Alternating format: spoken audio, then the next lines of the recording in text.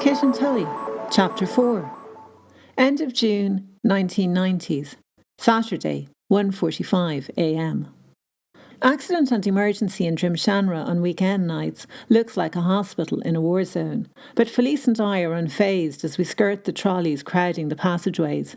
We've been here before, and we know what it's like. We're used to the constant threat lurking behind the blood-soaked bandages and high-pitched moans. It's the cost of living in Drumshanra. Maybe I should feel worried, but I don't. I'm exhilarated because after weeks of nothing happening, I've come alive again. This, right now, clattering through the overcrowded A&E, air shifting around us, looking for our friend. This is life. The three of us will be together again, and when we're together, nothing can touch us. Where's Spike? I mean Pather O'Toole. Felice stops a harried nurse. And you are? His sister.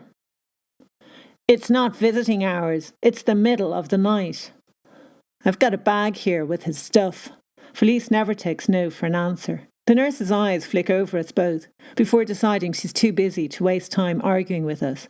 He won't be needing it. It looks worse than it is. We're not keeping him in. He's in that one over there, if you want to take him home. She points to a cubicle, curtain slightly askew. We exchange glances. This is going better than expected. But like I said, when we're together, we're an irresistible force. Spike blinks as we push aside the curtain, flooding the cramped cubicle with light. What took you so long? He mumbles. Felice tosses the bag on the floor, and we both lean over him to see what the damage is this time. Your face, Felice says as I smother a gasp. His head is swathed in bandages with dark stains of blood around the eyes and nose. Yeah, I know. They went for my face. Spike's words are slurred and I've to bend close to hear them.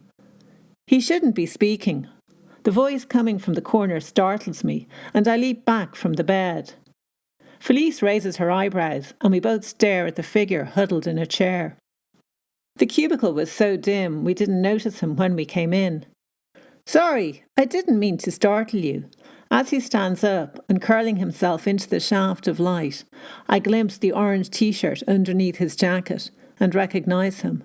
New guy from the video shop. Hey, nothing scares us. Felice is smiling as she waves over at him. I'm Felice, and this is Kit. And I'm Tully Cabe. So Tully really is his actual name. Did you find him? Felice's eyes moved to Spike's bandaged head. Yeah, I was heading home after work and saw him lying on the street near my house. There was a lot of blood.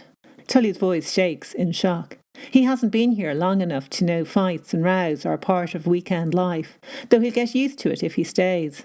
He speaks quickly, the words pouring out of him. He looked really bad, so I went home and dialed 999. I didn't know what to do then, so I got my duvet and went back outside and covered him with it. I was just going to wait until the ambulance came, make sure he was being looked after. But then he asked me to go to the hospital with him. My saviour. Spike's voice is so distorted I can't tell if he's for real or if it's his usual sarcastic humour.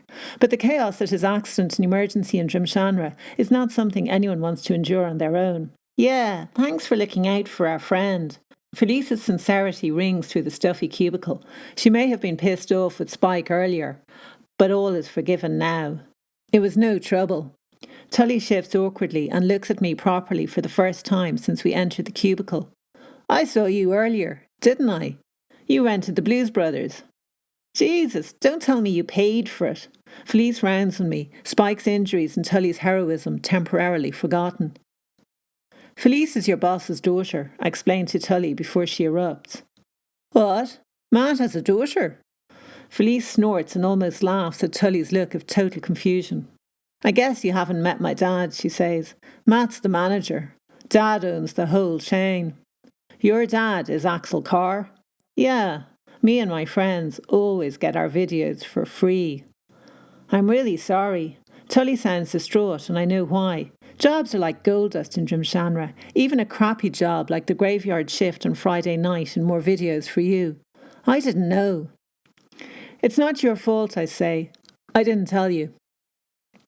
He flashes me a grateful glance, but he still looks worried. The last thing he wants is to get on the wrong side of Axel Carr's daughter.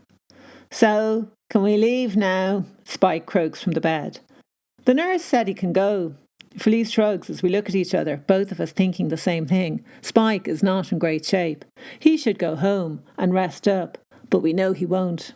His parents are almost as old-fashioned as mine. They don't even know he's gay, at least not officially.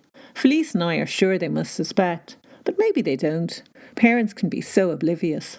Come on, he wheedles, pleading with Felice. Take me back to yours. She makes him wait a beat that stretches out into a tense silence. All right. A silent sigh of relief floats through the cubicle. We knew she'd agree, really. But you can never be entirely sure when it comes to Felice.